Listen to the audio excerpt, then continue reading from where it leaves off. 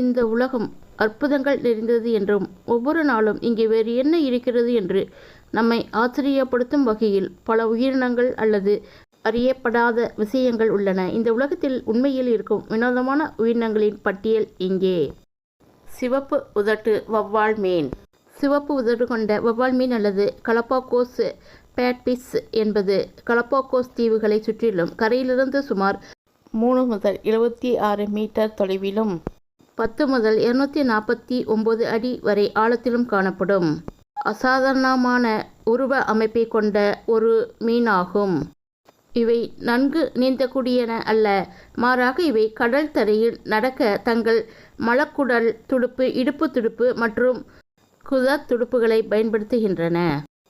வவ்வால் மீன் முதிர்ச்சியடையும் போது இதன் முதுகெலும்பு துடுப்பு ஒன்றை முதுகெலும்பு நீட்சியாக மாறும். இவை கடற்பரப்பில் காணப்படும் விலங்குகளை உணவாக உண்ணுகின்றன. இச்சிற்றினம் இறால், நண்டுகள், புழுக்கள் ஆகியவற்றையும் மெல்லுடலிகள் உள்ளிட்ட பிற சிறிய மீன்கள் மற்றும் சிறிய முதுகெலும்பில்லாத உயிரினங்களை உணவாக உட்கொள்ளும். பிளாப்பிஸ் செப்டம்பர் 2013 உலகில் அசிங்கமான விலங்கு என்று தேர்ந்தெடுக்கப்பட்டது. அதற்கு காரணம் அதன் கவர்ச்சியற்ற தோற்றம்.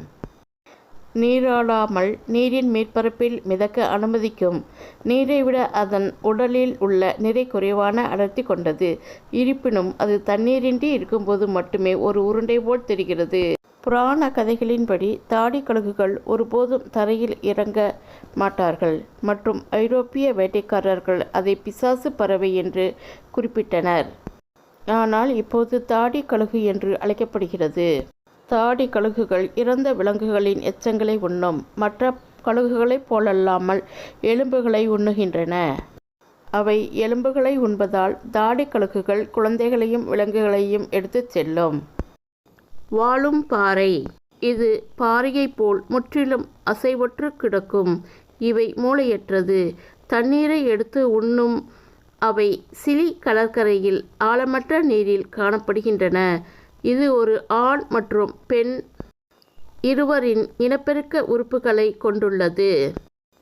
இவை விந்தணுக்கள் மற்றும் முட்டைகளை ஒரே நேரத்தில் சுற்றியுள்ள நீரில் வீசுகிறது. இதனால் அவை ஒன்றிணைக்க முடியும். மக்கள் இந்த பாறைகளை பச்சையாக சாப்பிடுகிறார்கள். இலைவாழ் கெக்கோ, ஃப்ளாட் டெயில் கெக்கோ என்றும் அழைக்கப்படும் இந்த இனம் ஆப்பிரிக்க தீவான மடாஸ்கரில் மட்டுமே காணப்படுகிறது. இலை போன்ற வாள்களின் பெயரால் இந்த இனம் பெயரிடப்பட்டது மற்றும் நத்தைகள், கரப்பான்கள், பூச்சிகள் மற்றும் ஈக்கள் போன்ற எதையாவது உண்ணும். இவை பொதுவாக மரங்களின் தண்டுகளில் சிக்கி காணப்படும். 10க்கும் மேற்பட்ட வகையான இலைவாழ் கெக்கோ இனங்கள் உள்ளன. இவை வாழ்விட இழப்பால் அச்சுறுத்தப்படுகின்றன. இதன் வர்த்தகம் சட்டத்தால் தடை செய்யப்பட்டாலும் பல இனங்கள் இன்னும் காடுகளில் இருந்து சேகரிக்கப்பட்டு கவர்ச்சியான செல்ல பிராணிகளாக விற்கப்படுகின்றன. நட்சத்திர மூக்கு மச்சம் உலகின் வித்தியாசமான விலங்கு. இது கிழக்கு கனடா மற்றும் வடகிழக்கு அமெரிக்காவின் ஈரமான பகுதிகளில் காணப்படுகிறது. அதன் இளஞ்சிவப்பு மற்றும் சதைப்பற்றுள்ள முட்டு போன்ற சேர்ப்பதன் மூலம் இதை எளிதில் அடையாளம் காண முடியும்.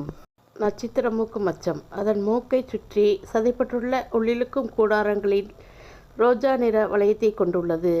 இந்த நாசி வட்டு ஒவ்வொரு பக்கத்திலும் 11 கணிப்புகளுடன் இருதரப்பு சமச்சீராக உள்ளது. செதிலான சதைப்பற்றுள்ள வால், செறிவான வளையங்கள் மற்றும் குறுகிய கரடுமுரடான முடிகளால் மூடப்பட்டிருக்கும்.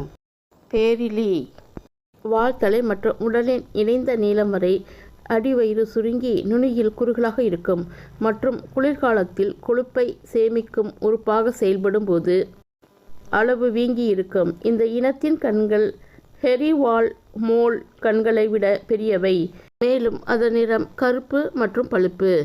ஆழ்கடலில் பதுங்கியிருக்கும் பேரிலி அதன் வெளிப்படையான தலை மற்றும் அதிக உணர்வுத்திறன் கொண்ட கண்களுக்கு பிரபலமானது. அதன் வெளிப்படையான தலையின் நோக்கம் என்னவென்றால் அதன் தலைக்குள் அமைந்துள்ள அதன் கண்கள் நீந்தும் போது மேலே பார்க்க முடியும். அதன் இரையை பிடிக்க அதன் பச்சை நிற லென்ஸ்கள் கடலில் சூரிய ஒளி எதை கீழே இறக்கினாலும் அதை பயன்படுத்துகின்றன. பாண்டா எறும்பு. பாண்டா எறும்பு. இந்த சிறிய பாண்டா போன்ற எறும்புகள் உண்மையில் எறும்புகள் அல்ல, ஆனால் இறக்கையற்ற குளவிகள். இந்த குளவிகள் ஒரு அழகான வெளிப்புறத்தை கொண்டிருக்கின்றன. ஆனால் கடித்தால் தோலில் கொடூரமான வலியை ஏற்படுத்தும். பசுவை சில நிமிடங்களில் அடக்கி முட்டி போடுவதால் இவர்கள் பசு கொள்ளையர்கள் என்றும் அழைக்கப்படுகிறார்கள். இது வருடத்திற்கு சுமார் 2000 முட்டைகள் இடுகிறது என்றாலும் அது அழிந்து போன இனமாக கருதப்படுகிறது. நீல டிராகன். இந்த கடல் நத்தைகள் கடலின் மேற்பரப்பில் தலைகீழாக மிதக்கின்றன. அங்கு அவை காற்று அல்லது நீர் ஓட்டங்களால் கொண்டு செல்லப்படுகின்றன. இந்த உயிரினங்கள் ஆஸ்திரேலியா மற்றும் தென்னாப்பிரிக்கா கடற்கரையில் காணப்படுகின்றன.